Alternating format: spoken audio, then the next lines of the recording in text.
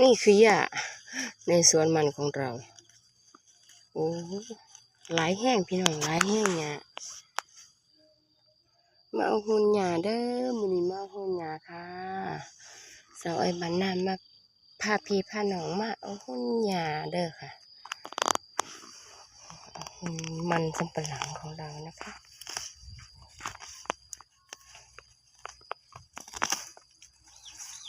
ดึงง่ายอยู่ค่ะเลยบ่ได้เอาเสียมมาสวกบ่ได้เสียมมาสูก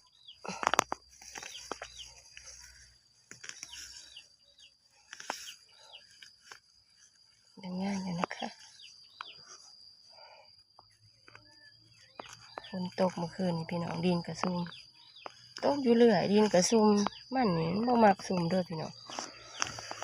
เขาไม่ชอบความชุ่มชื้นความจืดนะไม่ชอบนะ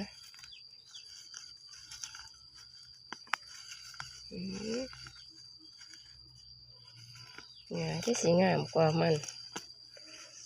ต้นมันพี่น้อง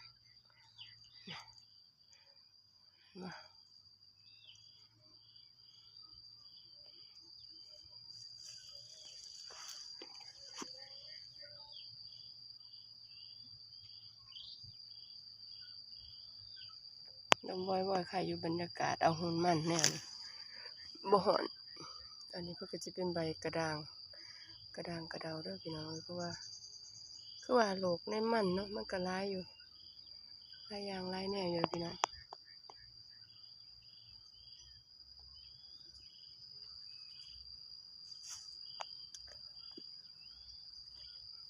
นี่บรรยากาศคือฝนจะลงมาอยู่แล้วเมื่อคืนนี่กระตกละมันนี่ก็เป็นเสาร์วันจันทร์ที่12นะพี่น้องเนาะ21 22โอ้23ตัวค่ะขออภัยวันจันทร์ที่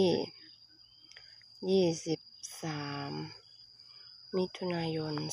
2568ค่ะ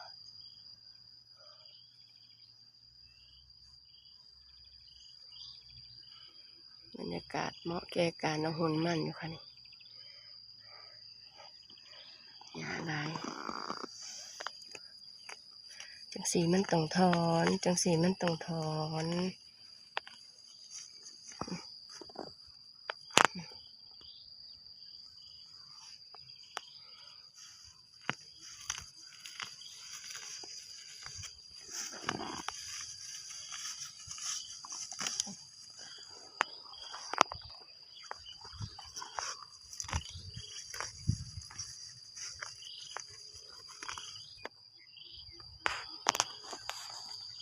อากาศดีมากเลย